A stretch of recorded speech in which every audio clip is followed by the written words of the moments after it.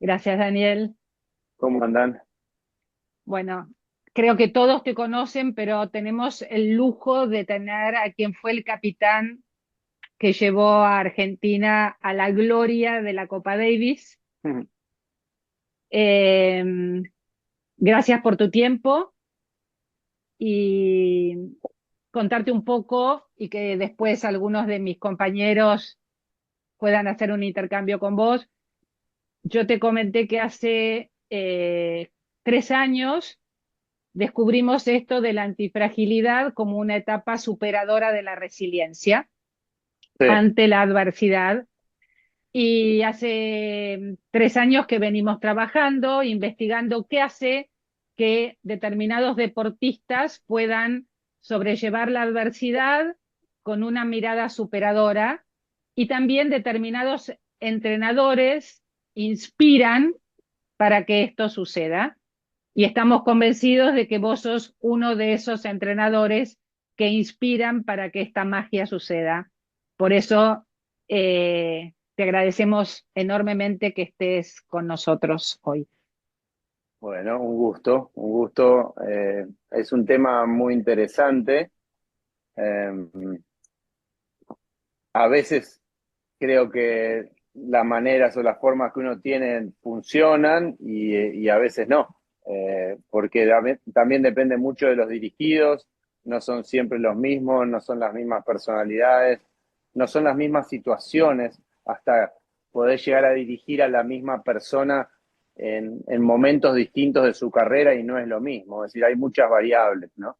Eh, pero, pero sí creo que cada uno de ellos, cada uno de esos atletas que logran algo distinto, algo bueno, algo importante, eh, tienen un poder de aguante, de resiliencia o de creencias que en varias ocasiones son distintas a la de la mayoría.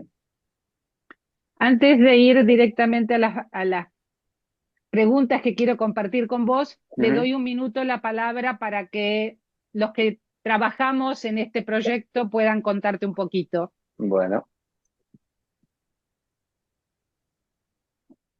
Ivana, si querés. Bueno, un gusto y un placer, un honor que estés acá con nosotros. Te cuento un poquito de mí para que me conozcas. Yo soy de Buenos Aires, Argentina. Fui patinadora profesional, participé de 4 mundiales. Siempre entrené en River, donde soy ahora entrenadora. Y también me estoy desempeñando como coach deportiva. Y bueno, la verdad que como coach, como entrenadora y como deportista, veo mucho, ¿no? La importancia de la parte mental, de la gestión emocional y de cómo quizás a veces por no tener un liderazgo asertivo en el acompañar, las dificultades que aparecen en el camino, ¿no? Hacen que los deportistas hasta abandonen su carrera deportiva si no tienen ese apoyo y ese sostén desde nuestro lado como grandes referentes para ellos. También ocurre en las familias. Entonces, bueno, básicamente esto de la antifragilidad, más allá de que ocurre en el deportista y en él como protagonista, también la importancia de tener un entorno antifrágil, una familia que lo acompañe, un entrenador que sepa, ¿no? Que lo conozca en profundidad y sepa cómo estar en esos momentos donde es fácil, ¿no? Quizás donde todo va bien, pero sobre todo en esos momentos complicados, donde ahí, sobre todo en la parte individual, sos su mayor referente como equipo, ¿no? Porque es él y vos, principalmente el que más lo entiende. Así que, bueno, Leo, Sergio. bueno, un gusto, un gusto. Perdón, ahí te interrumpo. A Palito Fidalgo lo tenés que conocer, ¿verdad? Sí, Palito Fidalgo también fue entrevistado. Él es Ah, director de mira. deportes, era en Sí, River. Hasta... me dijo Mariel, me dijo Mariel. Exacto. Sí, sí, sí, Bueno, sí. Mucho gusto, Daniel. Muchas gracias por aceptar esta invitación. Va a ser de mucho provecho para nosotros. Me presento, mi nombre es Sergio Sáenz, soy de Guatemala. Soy coach de liderazgo y manejo una herramienta psicológica que se llama Mindsonar, que mide los 13 metaperfiles de pensamiento de las personas.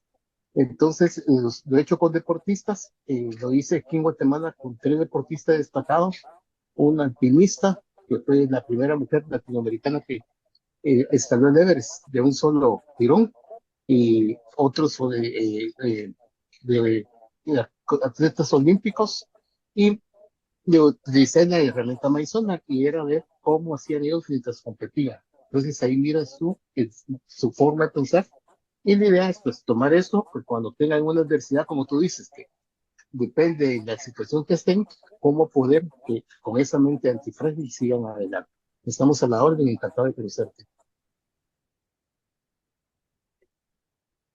Hola Daniel, yo soy Leopoldo Torres, soy cirujano pediatra y la razón por la que estoy en este grupo es porque soy maratonista, estoy en contacto con el deporte y me resulta muy interesante todo lo que hemos investigado en este grupo porque adicionalmente soy profesor de cirugía pediátrica y yo entreno en otro escenario, en el quirófano y en el hospital a cirujanos jóvenes. Y los cirujanos jóvenes de pronto en cirugía pediátrica están enfrentados a situaciones de estrés y a situaciones de exigencia muy importantes. Y es crucial el hecho de que se establezca una buena relación con su profesor y que el profesor sea un modelo a imitar para ellos. Entonces, para mí es muy interesante la investigación que estamos llevando a cabo y en particular esta entrevista, porque a raíz de la entrevista que tuvimos con Palito, estuvimos comentando algunas cosas muy interesantes de lo que sucedió en el equipo de Argentina en las diferentes presentaciones en Copa Davis. Entonces, teníamos mucho interés en ver eh, tu punto de vista en relación a cómo trabajar en una condición pues de adversidad en donde no son los favoritos y de pronto tienen un desempeño extraordinario. Así que muchas gracias por tu colaboración. Bueno, gracias a todos. Viene por intermedio de Steph, la hija de Mariel, que cuando yo fui director de desarrollo ya medio que le agarraba a Steffi de salida, no pude, no tuve tanto tiempo para compartir con ella, con su tenis, pero bueno, le tengo mucho cariño, así que ella fue el vínculo y Así, así así que es. Gracias. Y lamentablemente diría que cuando vos llegaste a desarrollo, Steffi ya estaba de salida. sí. Eh, Dios sabrá por qué las cosas fueron así, pero volviendo a la entrevista, vos hablaste de Palito y fue muy interesante cuando le preguntamos a Palito qué hizo que el grupo del 2016 lograra levantar la ensaladera de plata. Ujú. Y lo que dijo es, punto número uno, que Dani Orsanic fuera el capitán de ese equipo y que transmitiera a cada uno y eligiera las personas para que hicieran lo que tenían que hacer. Ujú. Trayendo palabras que te escuché en alguna oportunidad, vos dijiste que cuando te nombraron sentiste algo de miedo, incertidumbre y el cuestionamiento, ¿qué pasa si no se logran aquellos resultados que se esperaban?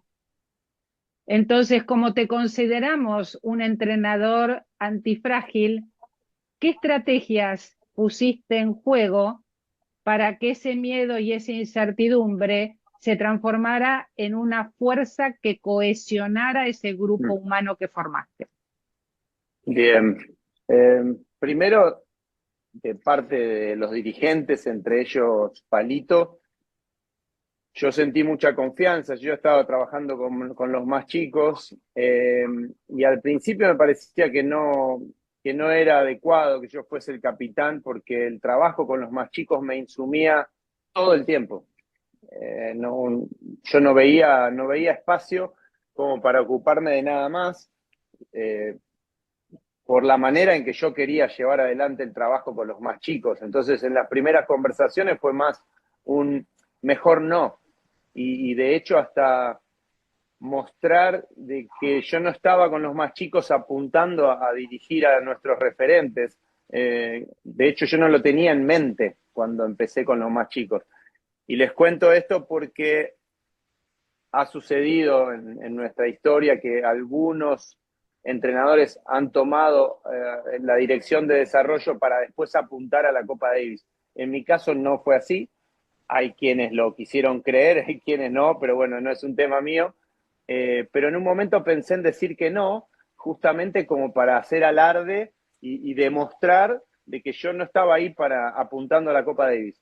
Y por eso me lo pensé bastante. Y después, en un momento, me vi haciendo eso, me vi a otra persona tomando ese rol de capitán de Copa Davis, y enseguida como que estaba en la cama, me acuerdo, y me sobresalté como diciendo, no, tengo que ser yo, porque si hago un buen trabajo con los referentes, los más chicos van a abrir más los ojos y se van a sentir más identificados. Entonces, todo eso tuvo una relación. A mí nunca me movió el cargo en sí, siempre me movió identificar lo que se pudiese hacer desde ese lugar, tanto con los más chicos, que me pareció el trabajo más lindo que tuve en toda mi vida, y también tomando la Copa Davis era lo mismo. El miedo venía un poco más por no haber sido de esos referentes tenísticos, de esos cracks que tuvimos a lo largo de la historia, y, y siempre fue un cargo que tenés que haber sido muy bueno para ser un capitán respetado. Entonces el miedo venía un poquito por ahí, la incertidumbre, pero me di cuenta de que identificando lo que yo pudiese transmitirle al equipo, eso me iba a dar la entereza suficiente como para llevar adelante el proyecto. Alejandro Gattiker, que fue capitán de Copa Davis en el pasado y que fue uno de mis entrenadores, me dijo, te veo bien en ese cargo, te doy solo un consejo y que seas vos mismo. Es algo muy amplio, pero que lo mantuve siempre bien presente, porque después llegan un montón de situaciones en las cuales la opinión de la gente, la opinión de algunos periodistas bien posicionados, la opinión de algunos exjugadores, de los propios jugadores, te pueden hacer tambalear un poco tu lugar. Y por eso tuve siempre bien presente el respetarme a mí mismo, obviamente el respetar a los demás, porque es lo que me enseñaron mis viejos, pero me sentí con posibilidades de llevar adelante ese sueño, ese proceso, una vez que identifiqué por dónde quería ir, qué es lo que quería hacer. Y bueno, hubo un trabajo dirigencial muy fuerte, acercando a Del Potro, acercando a su gente hacia la Copa Davis nuevamente, un trabajo muy de a poco de irnos ganando la confianza de él y de los demás jugadores. En fin, creo que identificar lo que uno va a hacer en tal cargo, en este caso de entrenador, de capitán, es clave para ganar una tranquilidad propia y a partir de ahí enfrentarse a todos los factores, a todas las variables que puede haber, desde distintos jugadores, distintos entrenadores, distintos rivales, pero cuando uno identifica lo que uno quiere hacer y cómo quiere hacerlo, es como que yo por lo menos sentí que venga lo que venga, no pasa nada, sé cómo lo voy a afrontar. Después estamos hablando de alto rendimiento, se gana, se pierde. El tema de los resultados deportivos, sinceramente les digo, era lo que menos uno puede manejar. Yo no podía definir si íbamos a ganar la Copa Davis o no. De hecho, no era mi objetivo personal. Mi objetivo personal era crear un buen grupo, ponerme al servicio de los jugadores que estuviesen nominados, ponerme al servicio de los que no estuviesen nominados, de sus equipos de trabajo. Eso a mí me daba, no digo que me daba control de la situación, pero sabía que era un trabajo que yo podía controlar, que yo sabía cómo lo iba a encarar. Después algunos iban a estar de acuerdo, otros no, como sucede en cualquier proyecto. Pero no, si bien quería ganar cada serie que jugáramos, mi sueño era conseguir lo que se consiguió, de que hubiese un respeto generalizado, que nos tratásemos bien dentro del equipo unos a otros, que tratáramos bien a la gente de afuera, periodistas, dirigentes, a todo el mundo. Ese era mi sueño. Y bueno, de a poquito se iba logrando, se iba consiguiendo, y a mí eso me daba cada vez más confianza. Eh, no, no, Dani, vos sí, hablaste de confianza y vos mismo lo contás en una oportunidad que en la charla que tenés con el grupo, uno de los jugadores sí, le pregunta a los demás si creían en el mensaje que vos estabas transmitiendo. claro. Es que, ¿Cómo atravesaste esa adversidad? Porque que uno de los referentes sí, ya de sí, por sí esté demostrando que él no está confiado en lo que vos estás transmitiendo y genere esa incertidumbre en el grupo, creo que tiene que ser una adversidad importante. sí, sí, porque que a vos te pongan como capitán de Copa Davis no significa que vayas a ser líder, no significa que te vayan a respetar, que te vayan a seguir, que vayan a asimilar la idea. Eh, sí, fueron momentos complicados, pero digo, bueno, tiene que ver con el rol, tiene que ver con la función. Yo me lo tomé con bastante calma, entendiendo de que solo el tiempo me iba a dar la chance de mostrárselos. Y como yo sabía que iba a ser fiel a determinados comportamientos, no, en eso me tenía confianza. A mí me tocó también sacar del equipo en la primera serie del 2015 al mayor referente, que era Juan Mónaco. Había muchas versiones de que yo lo sacaba del equipo porque no se llevaba bien con Del Potro, y en realidad yo lo saqué del equipo porque Mónaco estaba pasando por un momento malo, por un momento de poco entusiasmo, de pocas ganas. Y nada, yo tuve conversaciones así, a esta distancia con Mónaco, en frente de otras personas en el ATP de Buenos Aires, en la cual él me decía que no iba a estar, él sabía que no iba a estar en este equipo durante mi capitanía por las diferencias con Del Potro. Y yo le dije, mirá, ojalá que el tiempo me dé la oportunidad de mostrarte de que no es así, de que cuando vos ya estés para jugar, estés bien, vas a estar en el equipo. Bueno, no te creo y qué sé yo. Bueno, esa fue otra situación que fue difícil porque de hecho Mónaco se agarra y toma muy buena energía, una energía de bronca, una energía negativa hacia mí, pero lo enciende nuevamente y empieza a jugar bien al tenis de nuevo.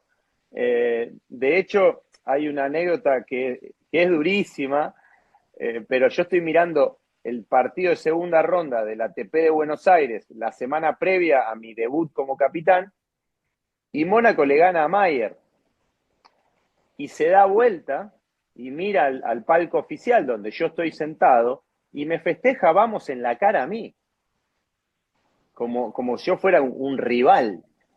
Bueno, Mónaco llega a la final de ese torneo y claro, los periodistas masacrándome, Bonadeo y compañía, masacrándome en la tele como diciendo cómo puede ser que Mónaco esté afuera y ojalá que el capitán y la dirigencia se den cuenta de todo esto. En fin, yo no había empezado todavía, no me había sentado en la silla de capitán y ya tenía un montón de factores en contra. Pero, pero ahí siempre me sentí muy firme en la convicción que tenía, en mostrar el porqué de hacer las cosas, el argumentar las decisiones. Eso a mí siempre me dio mucha tranquilidad. Y creo que para lograr algo grosso, algo fuera de lo común, no te podés apegar a esa función que te dieron o a ese cargo, que creo que le sucede a un montón de gente. Uy, me nombraron CEO de tal compañía, o me nombraron el director técnico de la selección argentina de hockey, de lo que sea.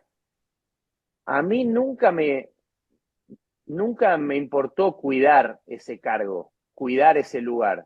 lo único de lo cual me aferré fue a ver qué quería hacer ahí. Mientras yo estuviera en ese lugar, qué es lo que quisiera hacer.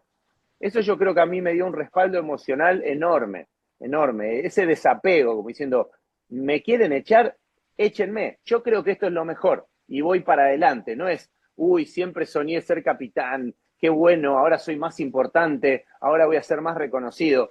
De hecho, al principio, a mí eso me generaba mucha incomodidad.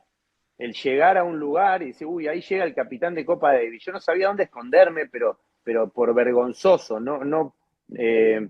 Entonces, tuve que hacer un trabajo propio y entender y aceptar esa situación de reconocimiento, pero nunca fue algo que yo busqué.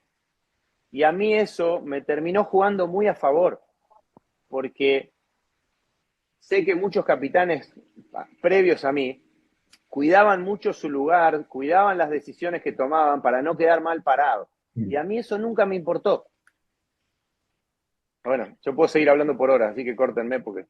No, es un placer. Aclaro lo de Leo Mayer, porque quizás los que no son argentinos no entiendan, era uno de los jugadores que estaba seleccionado para formar Claro, parte del equipo que ganó.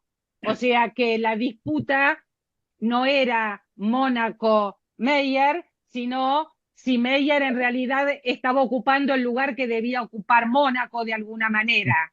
sí. No era o Mayer o Mónaco, pero sí era Mónaco u otro integrante que yo había puesto en ese momento, que era Diego Schwartzman. A ver, para cortar con esto de Mónaco y Mayer termina ganando el partido más largo de la historia de Copa Davis en 6 horas 42, manteniendo a Argentina viva en la serie, que me animo a afirmar que en ese momento Mónaco no hubiese podido, ¿no? Pero independientemente de eso, acá lo que costaba era enfrentarse o por lo menos hacerle entender a uno de los referentes en ese momento nuestro tenis el motivo por el cual no era parte del equipo, ¿no? En fin, después siempre los resultados acompañan. Fue una serie que la teníamos casi perdida, la dimos vuelta, pudimos ganarla, entonces yo tuve la oportunidad de seguir aprendiendo, tuve la oportunidad de seguir mandando un mensaje. Si perdíamos contra Brasil, primero no estoy hablando con ustedes ahora, y segundo que hubiesen caído un montón de cuestionamientos sobre mis decisiones y demás, que no me hubiesen dado la oportunidad de transmitir un poco más. Y yo pensaría exactamente igual.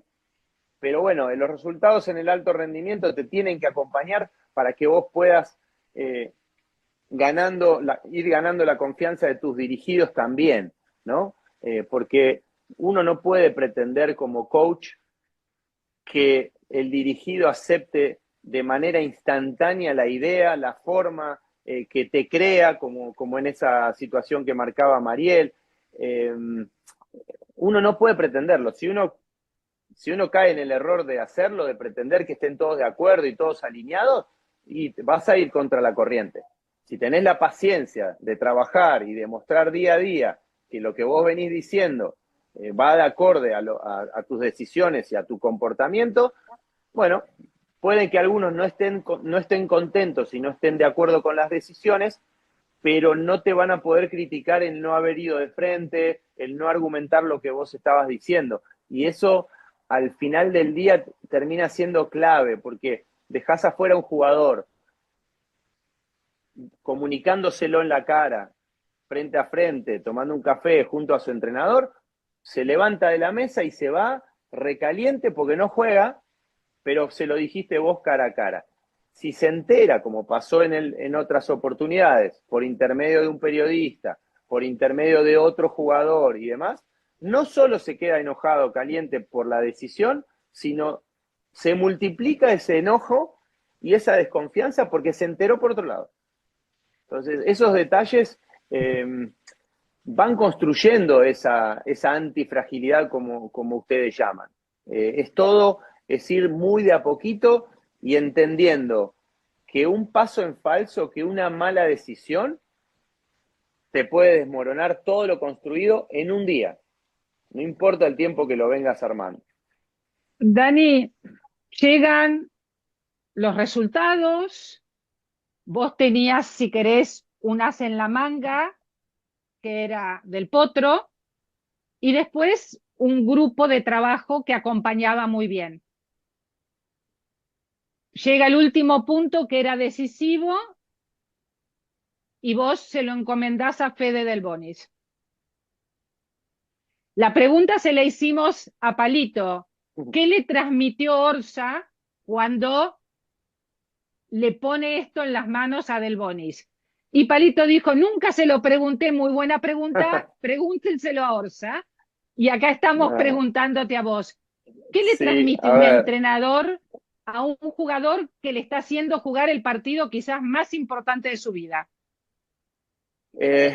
no se trata de ese momento, no se trata de lo que vos le digas en esos momentos, lo cual es importante y no le voy a escapar a eso, pero tiene mucho que ver con todo el proceso previo. No es que, porque a Croacia le pasó lo contrario, a Croacia pusieron en el quinto punto a Karlovic, que hacía 4 años que no representaba al país.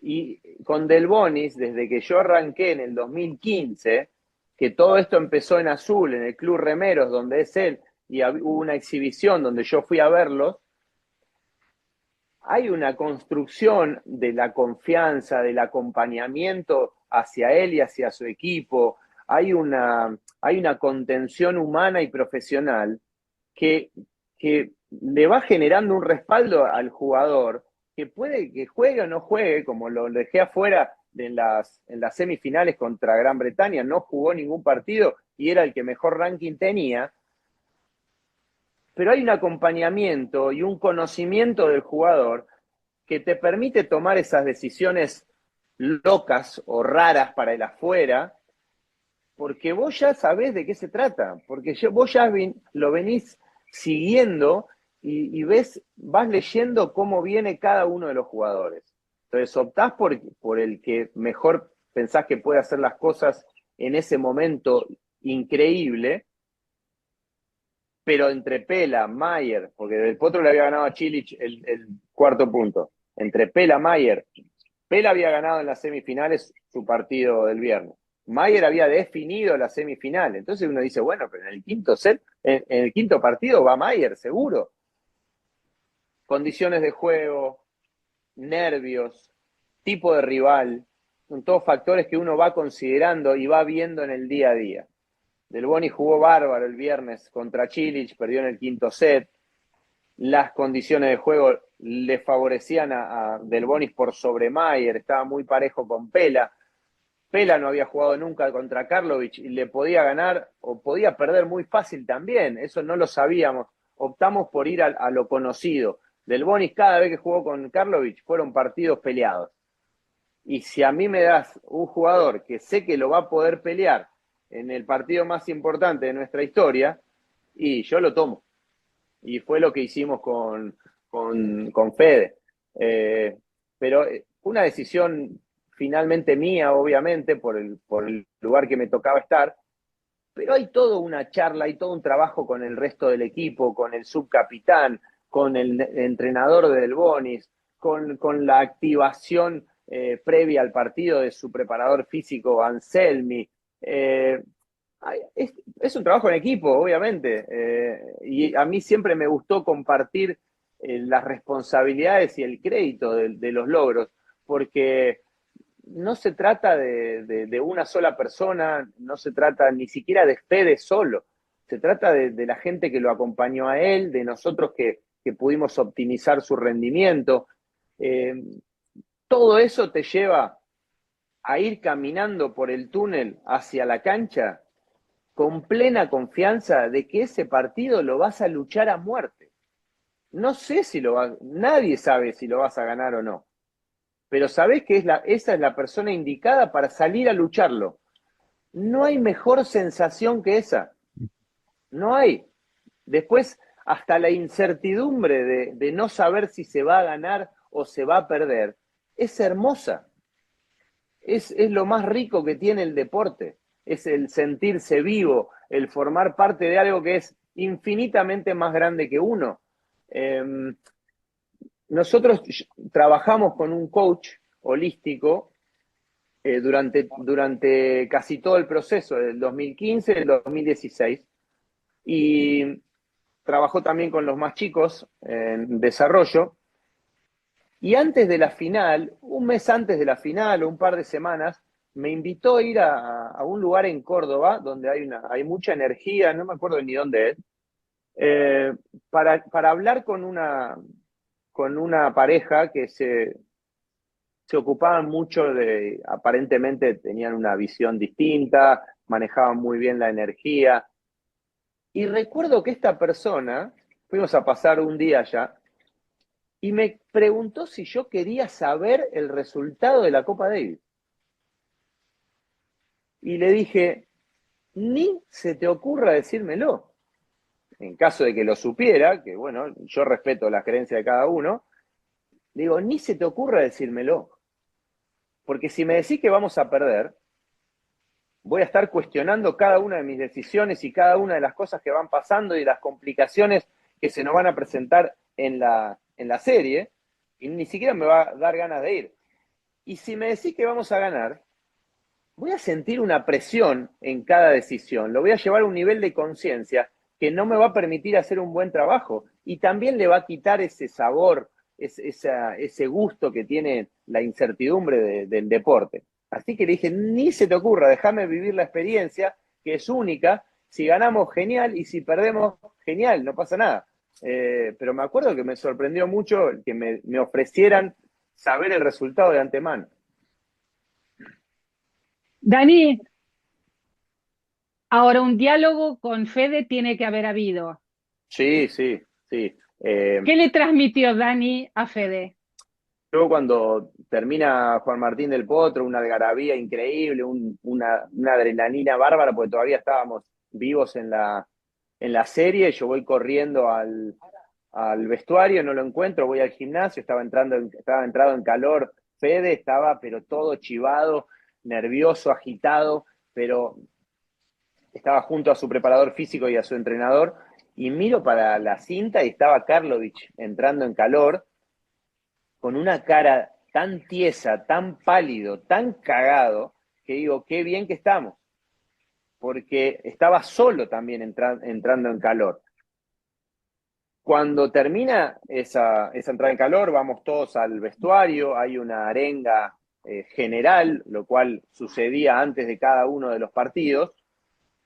Cuando estamos yendo con Fede, me dice, Orsa, te pido por favor que me recuerdes dos cosas. Una, que mueva rápido los pies, y la otra, que mueva rápido la mano. ¿Bien? Dos tips muy simples, pero que se ve que a él lo ordenaban mucho. Yo le dije, tranquilo, te voy a recordar esto. Digo, lo que yo te quiero decir es que estoy feliz de poder entrar a la cancha con vos. Estoy feliz, estoy orgulloso de poder salir a pelear este partido con vos. Me agradeció, en ningún momento se me ocurrió decirle, este es el partido más importante de tu vida, este es el partido más importante de la historia del tenis argentino, hoy tenemos la chance de ganar la Copa Davis por primera vez, hay un montón de gente que te está alentando, este partido lo tenés que ganar. Todas estas indicaciones que desde el punto de vista del entrenador, para mí, por mi perfil, son totalmente adversas, son totalmente negativas, ni en ningún momento se me ocurriría decirle todo eso a un jugador. Hablar del resultado nunca fue algo en lo cual nosotros nos centramos, siempre fue hablar del cómo encarar cada uno de los partidos. No niego que en otros equipos hablar de ganar pueda llegar a ser lo más importante. En los equipos que yo dirigí nunca lo fue. De hecho, hablar de resultados siempre generó mucha presión en los jugadores, le jugaba en contra. En un momento, recuerdo que en Polonia, en la primera serie del 2016, justamente el coach holístico en un cambio de lado, le dice a Leo Mayer, vamos que este partido es tuyo, lo tenés que ganar. La mirada de odio de Mayer hacia el coach no me la olvido nunca más, porque hay situaciones tan obvias dentro del tenis, por ejemplo, que es un deporte individual y es un deporte en el cual o ganás o perdés, son tan obvias que recordarlas lo único que hace es cargar más responsabilidad a la situación. Si yo tengo la camiseta argentina puesta, jugando, representando al país, estoy jugando un partido de Copa Davis, obvio que quiero ganar. Si estoy jugando al tenis en el club y estoy jugando con un amigo y estamos jugando un partido, obvio que quiero ganar. Entonces, en lo personal, creo que es al pedo hablar de resultado. Sí podemos hablar todo lo que quieran de cómo complicar al rival, de cómo encarar el partido, cómo encararlo emocionalmente, pero resultado es al pedo. Supongo que vos sabrás la anécdota de cuando Palito logró el oro en México. Lo que vos contaste que le dijiste a Del Bonis, te diría que es casi calcado de lo que le dijo en aquel momento a Florencia y a Mary Palito. Mira. Bueno, que Dice, él comenta que se sentó entre las dos antes del partido y le dijo que pocas veces había la posibilidad de sentarse ante dos jugadoras que iban en ese camino. claro, O sea, lo mismo, el orgullo de estar al lado. es que lo que uno puede potenciar es la tranquilidad de quien va a salir a jugar, que no es poca cosa. Yo, todos esos técnicos que dan vuelta y parecen leones enjaulados, yo no lo comparto para nada. Creo que esa dosis, esa cuota de tranquilidad que nosotros podemos transmitirle al quien está con las pulsaciones muy altas es clave. El ser claro en las indicaciones y corto en las indicaciones, ser preciso, también es fundamental. Hay muchos entrenadores que se van de concepto, ¿no? Pasan de uno al otro y muestran todo lo que saben y el jugador está ahí como diciendo, dale, cortala, porque voy a salir a jugar ya. Tampoco lo comparto, pero lo que uno puede potenciar es esa emocionalidad del protagonista, que es el jugador, uno puede ayudar a canalizar toda esa adrenalina y todos esos nervios, ese cagazo, ese deseo que hay. Ese es nuestro rol. Decirle que tiene que ganar, pero es desperdiciar palabras, es desperdiciar momentos. Me gusta mucho más ponerme al respaldo de quien está ahí, ¿no? Adentro, de quien va a salir a jugar. Y creo que es algo que conseguimos y creo que es algo en lo cual dimos en la tecla. El hecho de que jueguen o no jueguen, los bancábamos igual. Ganen o pierdan también, jueguen bien o mal también.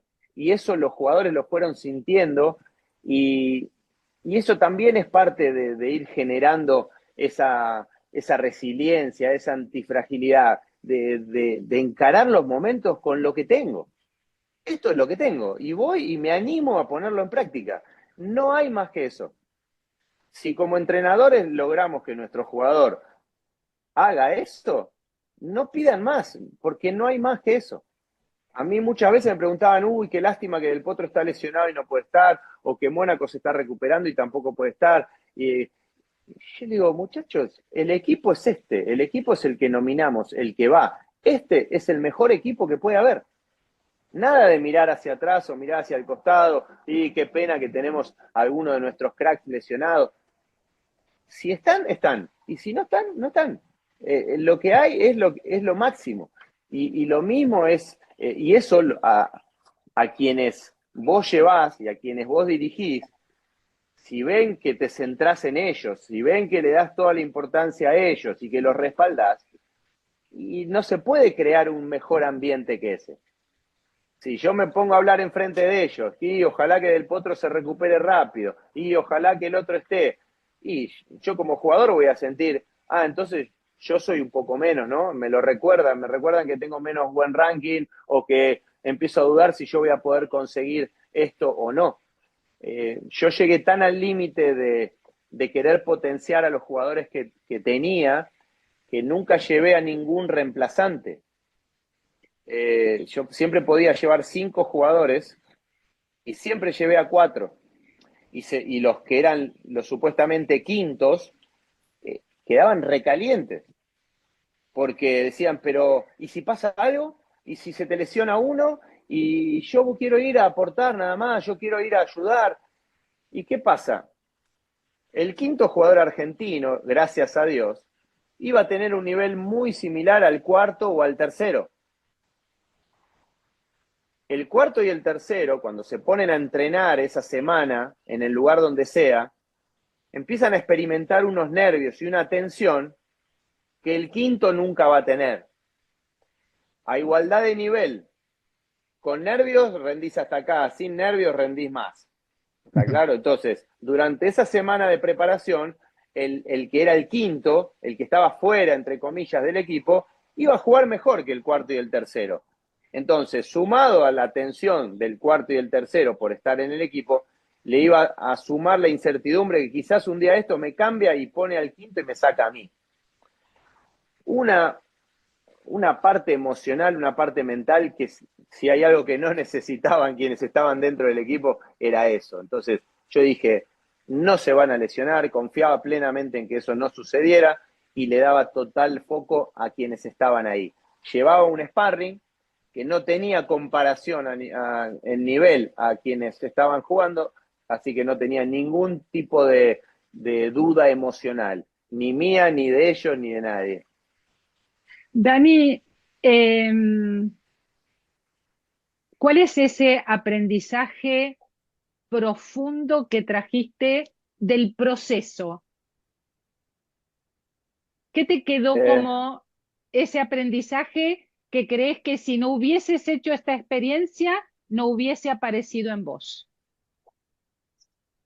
Mira, más que aprendizaje, les diría que fue una confirmación de lo que yo ya pensaba, porque trabajando como entrenador, con mis dirigidos, trabajando en la Asociación Argentina de Tenis, lidiando con los padres, lidiando con los entrenadores, con los jugadores jóvenes, siempre el manejarme con respeto, el escuchar al otro, siempre como que me ubicó o me permitió que me ubicasen en un lugar ameno, en un lugar desde el cual poder opinar, un lugar desde el cual poder dirigir, poder canalizar y tomar decisiones en distintas situaciones. Eso mismo yo lo llevé a la Copa Davis, me puse al servicio de los jugadores, insisto, de los que jugaban y de los que no. Me puse en un lugar de escucha, en un lugar de aprendizaje permanente, supe delegar bien, porque me armé de un equipo que a nivel humano yo también confiaba, no solo a nivel profesional.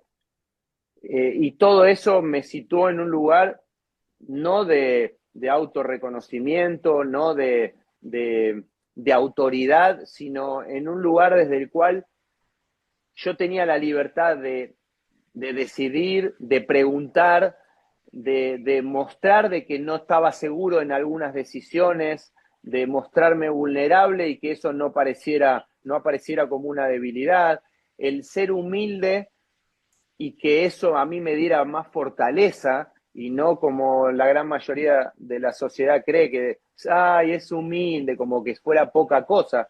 Para mí ser humilde e ir de frente necesita mucha personalidad y es como que yo pude hacer alarde de los valores que a mí me enseñaron en un lugar donde había más reconocimiento. Y nunca, nunca, nunca me salí de eso. Entonces pude tratar a la gente que yo tenía en contra, la pude tratar de cara a cara sin esconder nada. A los que tenía a favor también. Como que fue una confirmación de que tratar bien a los demás y ponerte en un lugar de servicio te da una fortaleza enorme. No es que, ay, bueno, voy a hacer lo que dice el otro. No, no, para nada. Me dio mucha más autoridad el ser humilde, el ir de frente, el ser coherente, el actuar de acuerdo a lo que dijese. Todo eso a mí me puso en una situación de liderazgo no buscada, porque mi sueño, como les dije al principio, era formar un grupo que se sintieran todos a gusto, y me puso en un lugar de liderazgo que fue fantástico para después tomar decisiones cada vez más tranquilo. Dani, no sé cuánto tiempo tenés, para nosotros es un lujo, yo sigo haciendo preguntas, vos me decís cuándo se acabó nuestro tiempo. Vale. Ahora te llevo a tu otra faceta, que es la de desarrollo. Sí. Nosotros estamos con los pochoclos, ¿eh? Así que Eh, ¿Cómo se hace con un jugador junior que ha sido exitoso? Vos me dijiste, yo la agarré a Steffi terminando su carrera de junior. ¿Cómo se hace para que ingrese en el mundo profesional de una manera que no sea traumática? Y es que depende de muchos factores, porque a nosotros en Argentina, en México no pasa lo mismo, porque tienen mucho más recursos, tienen otros inconvenientes, tienen otras trabas, pero a nosotros que siempre nos cuesta ir hasta la esquina, por temas de distancias, por temas económicos, eh, generamos una resiliencia, generamos una antifragilidad muy grande, ¿no? Ya desde chicos. Eh, depende depende de quién hayan sido los formadores, depende de quiénes estén en ese momento en la Asociación Argentina de Tenis, cómo, cómo contengan todo ese trabajo a pulmón que realizan la mayoría de los entrenadores, de las academias, todo ese esfuerzo que hacemos los padres. No hay una fórmula. Lo que sí es verdad es que se puede ir por el lado de los juniors, avanzar mucho por ese lado, por ese ranking, y también se puede ir por el lado de empezar a jugar más temprano a nivel profesional. Lo que sí tiene que estar muy, muy a flor de piel es que se haya generado una muy buena técnica, que se logre jugar a una intensidad alta durante bastante tiempo. Hay muchos juniors que sobresalen en sus categorías, sin embargo, sin tener un juego que a futuro les dé resultado. Hay chicos que ya desde muy temprana edad son más estables emocionalmente y meten 2 o 3 pelotas más y ganan mucho más partidos que otros que son más impulsivos, que tienen golpes mucho más potentes, pero que todavía no logran canalizar, ¿no? Porque erran esas 2 o 3 pelotas y se van del partido y ya dejan de hacer lo que saben. Yo creo mucho en el desarrollo integral del chico o de la chica, no solo a nivel técnico, que creo que hay requisitos mínimos como para apuntar a largo plazo. No creo que sea únicamente un tema de recursos, siempre se le puede encontrar la vuelta, eh, pero, pero creo también en el desarrollo de la persona. A mí me encanta enfocarme en esa parte humana, porque los chicos después empiezan a sociabilizar en el circuito, cuanto mejor jueguen, más mirados van a ser y más aceptados, más cómodos se van a sentir ellos en el circuito si tienen buenas maneras. Entiendo que muchos chicos vienen de familias que no tienen buenas maneras, entonces es imposible educar a los padres, imposible, porque somos personas ya adultas. Lo que sí se les puede pasar es información y se puede marcar un terreno en el ámbito deportivo. Yo acompaño a tu hijo a un torneo, yo entreno a tu hijo en este club, en estas canchas, en este ámbito, estas son las reglas. No me interesa lo que hagas vos en tu casa, no me interesa de la manera que eduques a tus hijos. Acá se trabaja así. Y acá hay determinadas normas, tanto tenísticas como humanas, que se respetan. acá y en los torneos que lo acompañemos. ¿Te gusta bien? Si no te gusta, no. Eso también yo creo que va generando pilares importantes para después tener un respaldo grande a la hora de pasar de juniors a profesionales.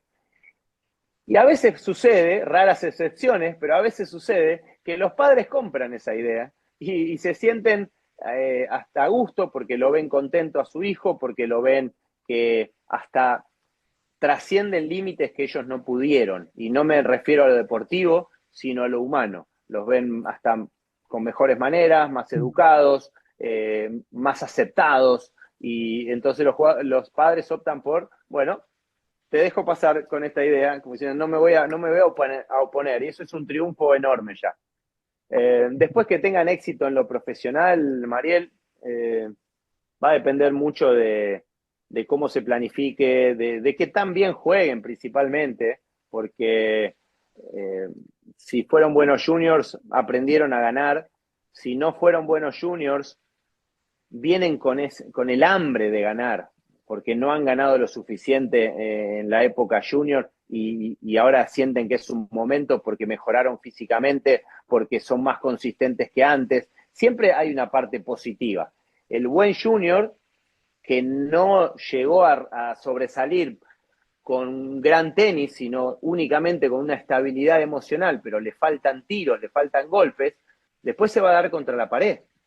Porque por más resiliente o por más antifrágil que sea, esto es un deporte también de habilidad, y si tu pelota va más lenta y si tu pelota me da tiempo a decidir y yo tengo buenos tiros, por más fuerte mentalmente que seas, te voy a ganar. La diferencia mental surge a igualdad de habilidades, a igualdad de condiciones. Bueno, jugamos los dos igual, yo tengo más ganas de ganar que vos, te voy a ganar. Yo soy más resiliente, voy a ganar yo. Ahora, si yo soy mucho más fuerte que vos mentalmente, pero tu juego es el doble de bueno, por más que me grite, vamos, todos los puntos que ganen, no te voy a ganar. Dani, ¿cómo se trabaja la soledad del tenista? Y bueno, después de muchos años te das cuenta que hay varios daños colaterales. Pero sí, a mí me gusta rescatar el cómo uno logra conocerse a sí mismo, ¿no? Y cuando para los chicos que no han tenido muchos recursos, me incluyo en esa lista, el pasar tiempo con vos mismo, si te aceptás, si le encontrás un poco la vuelta, eh, creo que es un aprendizaje inmenso, inmenso para después estar bien con los demás, para hacerte cargo de un montón de situaciones que no tenés, mirás para el costado y no hay nadie a quien preguntarle, no hay nadie a quien pedirle ayuda y te tenés que hacer cargo solo. Bueno, me parece que es de los mejores aprendizajes que tiene el tenis. Después está el riesgo de cerrarte demasiado, de que te cueste sociabilizar y que te cueste abrirte hacia los demás. Por eso también ahí creo que hay un trabajo del entrenador que tiene que estar bien atento a eso. No se trata únicamente de ganar partidos y de entrenar bien, sino que abramos la cabeza, que podamos ser gente social también, ¿no? Que un deporte de equipo obviamente te obliga permanentemente desde chico. Me perdí un poco con lo que me preguntaste, pero ¿Cómo se trabaja la soledad? se vive, la soledad se vive. Yo no te puedo decir cómo estar cuando estás sola. Te puedo aconsejar, mirá, a mí me daba resultado leer novelas en inglés y aprendí bastante inglés leyendo algunas novelas y bueno, y quizás a vos no te gusta leer y ese tiempo ya lo vas a tener que usar de otra manera. Eh, yo llegó un momento que iba a cenar solo y me llevaba el libro de la novela y me lo devoraba mientras cenaba y otro que seguramente me miraba de otra mesa que estaba con su pareja o con amigos, debería pensar, y pobre tipo. Bueno, es lo que a cada uno le toca en ese momento. Yo te puedo asegurar que gran parte del buen trabajo que se hizo en la Copa Davis es debido a todos esos momentos que yo aprendí a estar conmigo mismo. Ese aprendizaje, ese fortalecimiento del carácter y junto con los valores aprendidos y demás, te aseguro que me sirvió un montón después para llevar adelante el proceso. Me sirvió como entrenador, como jugador, por supuesto, pero también para estar al frente de un equipo. Dani, por mi parte la última, después quizás alguno quiera hacerte alguna pregunta. Hay jugadores que llegan al top 100, top 50, pero el tenis es un deporte algo ingrato. Y en algún momento se produce que bajas de rendimiento y el ranking te lleva para abajo. ¿Qué se le transmite a un jugador que fue top 10 y está en ese proceso en el cual bajó de ranking y no le encuentra la salida? Y quizás la reflexión es, ¿tengo que volver a jugar Challengers? Depende mucho del motivo por el cual primero haya escalado a un ranking tan bueno como 50 y habrá que ver el motivo por el cual fue para atrás, si estuvo inactivo, si simplemente se puso a jugar peor, si se acomodó un poco, ¿no? Estando ahí tan bien en el ranking y dejó de luchar como lo venía haciendo, si no está con tanto hambre como antes. Vos nombrabas la palabra ingrato. Ingrato es ser entrenador. Jugador de tenis no lo veo tan ingrato, porque gana el que se lo merece, gana el que hace mejor las cosas, no gana el que especula, nada, es un deporte muy noble en ese sentido. Ingrato es ser entrenador porque a veces o la mayoría de las veces no se va a recibir un reconocimiento acorde al esfuerzo que uno puso, al tiempo que uno le dio al dirigido por sobre la familia, por sobre amigos. Yo aprendí algo muy importante que también fue un consejo que me dio un amigo, que fue siempre trabajar como entrenador apuntando a quedarse tranquilo con uno mismo, el haber entregado todo, el haber buscado la vuelta para que el jugador llegue a su mejor versión, anhelando que el jugador piense que uno fue el mejor entrenador que tuvo, todos esos deseos, pero no trabajar para que el otro lo reconozca, no trabajar para que el otro me dé las gracias. Si eso llega, bienvenido sea, pero que no fuese el motor. El motor fuese quedarse tranquilo con uno mismo de que darle en la tecla a lo que el jugador necesita, llevarlo a su más alto nivel. Y eso a mí me ayudó un montón, porque nunca dependí de que el jugador me agradeciese el trabajo. Ni el jugador, ni su círculo más cercano. Siempre me tuve como esa distancia. Con algunos jugadores terminé amigo, por supuesto, pero nunca pensando o esperando, uy, mirá qué buen trabajo que hicimos, che, me lo podrías reconocer, ¿no? Me podrías agradecer. Nunca me movió eso, como tampoco en Copa Davis me movió el reconocimiento. A mí lo que me movió fue que cada uno de los que estuviera ahí entendiera por qué y sintiera nuestra ayuda. Y de los que no estuvieran ahí, que hubiesen escuchado de mi boca los argumentos por los cuales no, y que entendieran que en cualquier momento los iba a necesitar. Eso buscaba yo. Con eso, si yo sentía que lograba eso, ya está. Ya está. Después teníamos que entrar a la cancha e intentar ganar, nada más y nada menos. Pero el trabajo de uno llega hasta ahí.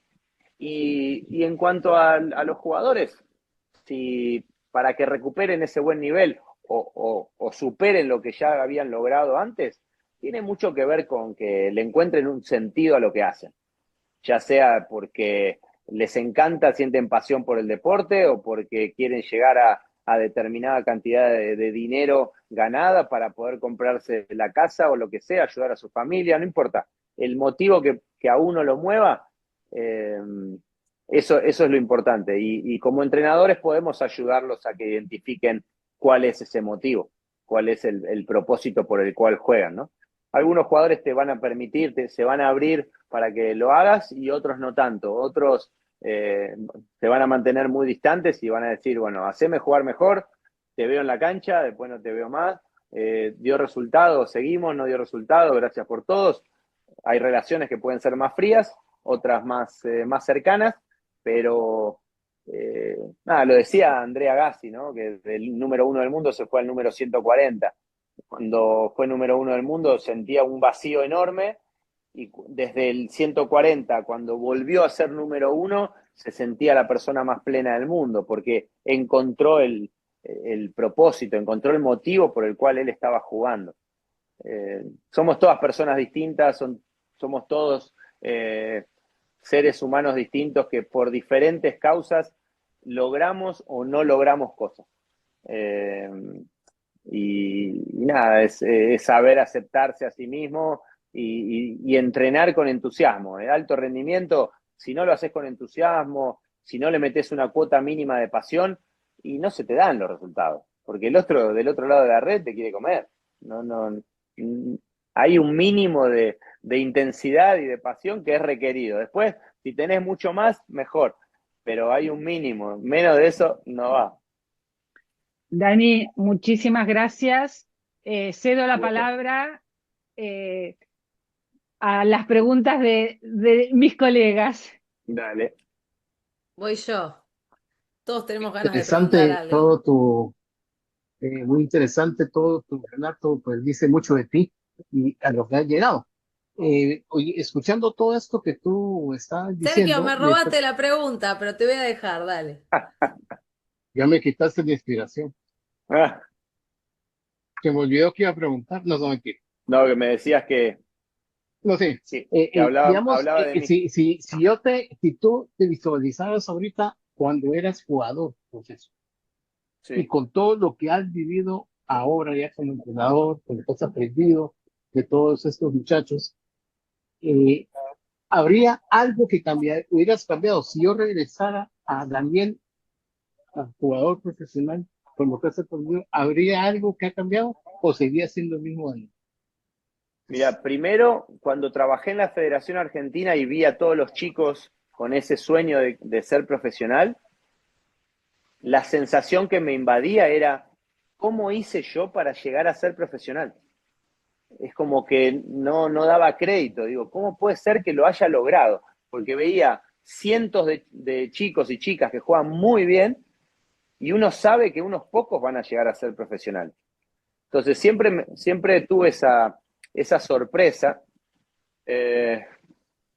Y un colega de mi edad hace unos años me ayudó a descifrar el motivo por el cual sí lo logré. Y me dijo, vos tenías una disciplina que la mayoría de nosotros no teníamos. No que jugase mejor, sino que era disciplinado. Y tenía razón, rebobinando y viendo cómo yo hice las cosas y demás, puede haber sido uno de mis mayores virtudes. Rebobinando y pensando qué haría distinto, me cuestiono si volviera a jugar al tenis o no. No lo tengo tan claro. De hecho, tengo un hijo de 16 años que está jugando juniors y a veces me da cosa. Digo, ¿será bueno que juegue o no? Porque entiendo todo lo bueno que tiene como formador de carácter y también sé lo duro que es y que encima es para muy pocos. Entonces, eh, no tengo tan claro si yo volviera a jugar, tal vez elegiría otro camino eh, para, para experimentar otras cosas. Si me preguntás, o Mariel me preguntaba cómo se hace cuando uno está solo y demás, yo no sé si quiero estar solo de nuevo a esa edad, girando por el mundo. No sé si quiero volver a hacerlo. Eh, lo hice en ese momento, lo tomé como una buena oportunidad. Sé lo que cambiaría como jugador si lo volviera a intentar, pero tiene más que ver con temas técnicos, no con otra cosa. Creo que hice lo mejor que pude dado los recursos que tuve en ese momento. Gracias, Dani. ¿Y cuál sería sido el otro camino? Digamos, si no fuera el tenis, ¿qué otro camino hubieras escogido? Hubiese estudiado, hubiese ido a la universidad, hubiese optado por tal vez hasta jugar al tenis en una universidad, algo que también te brinda la adrenalina de la competencia, pero que no deja de ser un camino un poco más tangible, un poco más transitable sin tanta incertidumbre. Excelente. Muchas gracias, Daniel. Un abrazo. Placer. La patinadora, Ay, Leo, se olvidó sí. la pregunta. No, acá estoy. Bueno, nosotros lo que investigamos es que, o sea, si vos estás acá es porque consideramos realmente que sos un líder antifrágil, ¿sí? Quizás nos contaste más tu lado del liderazgo, pero seguramente hubo rasgos en tu personalidad también que sostuviste de chico hacia ahora, ¿no? Que es tu esencia, es esto que vos decidís mantener y conservar, venga el desafío que venga, que son tus valores, que es tu humildad, ¿no? Y bueno, todas estas cosas que nos contaste. Ahora, sin embargo, en la antifragilidad hay una evolución, una transformación.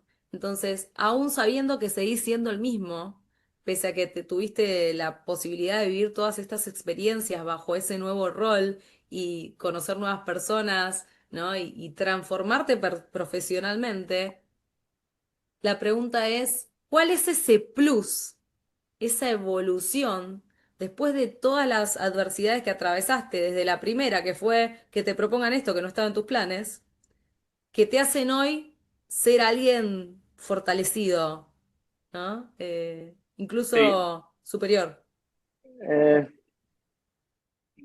si te lo tengo que resumir, es porque ustedes hablan de antifragilidad. Y yo, que no voy a hacer alarde de, pero yo me siento frágil. Yo no me siento omnipotente, no me siento que lo que diga es la verdad, ni mucho menos. Yo creo que el aceptar esa fragilidad, el identificar por dónde no sos tan bueno y por dónde sí lo sos, te da la posibilidad de decir, bueno, es por acá. Y yo voy por acá porque siento que soy bueno por este lado e intento limitar mis limitaciones, mis fragilidades para encarar lo que tengo que encarar. Y a partir de ahí, me parece que se te van dando las cosas cuando se te tienen que dar. A veces vos haces un buen trabajo y no se dan los resultados soñados, y no significa que no hayas hecho todo bien. El otro día lo escuché a Scaloni y decía, a veces la pelota entra y a veces no. Y eso no significa que el grupo no haya estado bien conformado, que no haya sido de los mejores de la historia, pero que sin embargo no haya ganado la Copa del Mundo. Entonces, el único equipo de Copa Davis bueno que hubo en la historia del tenis argentino es el nuestro porque ganamos. No. Hubo muchos otros equipos que fueron realmente buenos, que fueron antifrágiles, que tuvieron resultados espectaculares, que sin embargo no levantaron la copa. Entonces, el entender todo eso, el aceptar de que no todo depende de uno, el aceptar de que uno también es vulnerable, el llevar adelante un liderazgo que escucha, que se pone al nivel de tu dirigido o hasta por debajo porque nunca llegaste a ser un jugador como lo fue él, me parece que te potencia también. Te potencia y claro, le tenés que entrar por tu lado fuerte también al jugador y se tiene que sentir contenido, se tiene que sentir protegido por vos. Eso es lo que yo experimenté. Pero ese plus del cual hablan, creo que tiene mucho que ver con aceptar que uno no hace todo bien, que uno tiene sus vacíos, que tiene sus huecos, que uno va a cometer errores. Nuestra sociedad nos dice que no se pueden cometer errores y eso es mentira. Lo que no se puede hacer es no aceptarlos y no reconocerlos. Ese es el mayor error. Porque no solo te mandaste la cagada, sino que no la querés reconocer, sos el doble de menso, como dirían los españoles. El doble de boludo, como diríamos nosotros. Ahora, si acepto el error y a partir de ahí busco no repetir o busco hacerlo mejor, eso me potencia, eso me hace mejor. Ahora, el no poder fallar, viniendo del tenis, que cometemos un montón de errores en un partido y sin embargo podemos ganar, es ilógico. A mí por lo menos la mayor seguridad la gané, no con la Copa Davis, en mi persona en sí, es decir, yo me equivoco. El líder que te trata de imponer, que te dice que no se equivoca, que es el autoritario, es el líder más inseguro que existe. Es el líder que termina siendo más frágil de todo. Pues en primer lugar, un agradecimiento, Daniel, porque ha sido una charla extraordinaria. Gracias. En segundo lugar, habitualmente yo hago una o dos preguntas, pero el día de hoy, más que una pregunta, quiero compartir contigo algo que ratifica una experiencia personal en relación a lo que hemos estado investigando de antifragilidad. En el entrenamiento de maratón hay corridas largas que a mí, por el lugar en donde vivo, en el sur de la Ciudad de México, me corresponde ir a un bosque de Tlalpan. Y entonces esas corridas largas me permiten a mí estar a solas y en alguna forma el correr y meditar mientras corres, enfrentando los problemas cotidianos, me dan soluciones. Bien. Y yo he encontrado muy buenas decisiones cuando me permito el analizarlo con tiempo suficiente y mientras estoy corriendo. Entonces, la entrevista tuya en relación a muchas cosas, pues es muy valiosa porque nos ratifica observaciones que venimos haciendo en relación a la antifragilidad. El hecho de pensar que una persona que está bien integralmente va a tomar mejores decisiones y va a tener un mejor rendimiento, pues es algo que se corrobora con la charla de hoy, ¿no? O sea, Ujú. el entusiasmo, la pasión, la emoción manejada a favor del individuo, obviamente que lo torna antifrágil. Entonces, parte de lo que nosotros estamos buscando es el dar una información que sea útil, que sea aplicable a personas que están en un proceso de desarrollo, tanto deportivo como en su vida personal. De Claro. manera que muchísimas gracias por tu tiempo y por tu información. Desde luego que va a ser muy valioso para nosotros. Bueno, me alegro, me alegro. Eh, sí, yo soy un defensor de las cosas simples. La mayoría de los problemas que hay entre la gente es por mala o poca comunicación, pero si nos sentamos a hablar cara a cara, en general se soluciona todo. Así que sí, sí, ojalá que ayude lo que están haciendo. Eh, a mí me dio la oportunidad de comunicarlo hacia mucha gente y cada vez que tengo la posibilidad de hacerlo, lo hago con emoción y lo hago con gusto porque eh, el compartir experiencias, creo que siempre está la chance de que alguno que esté por ahí escuchando lo ayude, ¿no? Y como así a uno también le sirve escuchar a los demás. Este, no importa lo que uno haya logrado, no importa quién sea, creo que hay que estar siempre buscando aprender, siempre estar en ese estado de decir, bueno, a ver, hay algo seguramente que no sé, o hay algo que puedo hacer mejor, o lo que hago en este momento lo debería variar un poco y hacerlo de otra manera. Mientras uno se mantiene en ese estado, creo que está bien, está alerta. Cuando uno dice, uy, ya logré tal cosa, yo me las sé todas, ya empezó a, ya empezó a hacer agua, ya empezó a equivocarse. Así que ese estado de aprendizaje me parece que también mantiene la antifragilidad bien arriba. Dani, nuestro proyecto es evidentemente sin fines de lucro. El libro tiene por objetivo contribuir a la comunidad deportiva al que lo lea, deportista, entrenador, preparador físico, de acuerdo a lo que nos han brindado ustedes, porque digamos que lo rico está en lo que de estas conversaciones, y si surgiera un potencial dinero, donarlo. Y te introduzco esto porque te voy a pedir permiso para poderte citar SIC comentarios que vos hayas dicho en esta entrevista, Claro, si fuese posible. claro, ningún problema, ningún problema. Dani, mi hija, cuando le pedí el contacto, me dijo, Orsa es un grande. Y De creo edad, que de edad. no hablo de edad. Creo que en esta entrevista lo que nos transmitiste sobre tu valor, tu humildad, tu vulnerabilidad, te posiciona realmente como un grande, y vuelvo a agradecerte por tu tiempo enormemente. Bueno, mil gracias, Mariel. Hay que, hay que desmitificar a la gente. Los ponemos solitos los ponemos muy arriba por algunos logros y demás. Y bueno, Pero Steffi nada. no te ponía por arriba por los logros, ¿eh? Te Ok, ponía como persona. O ok, sea, me me alegro, dijo, me es alegro. un grande en sus valores. O Me sea, no alegro. habló de que eras el capitán de la gloria argentina de Copa Davis. Bueno, me alegro. Tuvo buenos formadores, Steffi, y eso también ayuda a apreciarlo. Gracias, Dani, por tu Bueno, tiempo. gente, Enormemente agradecida.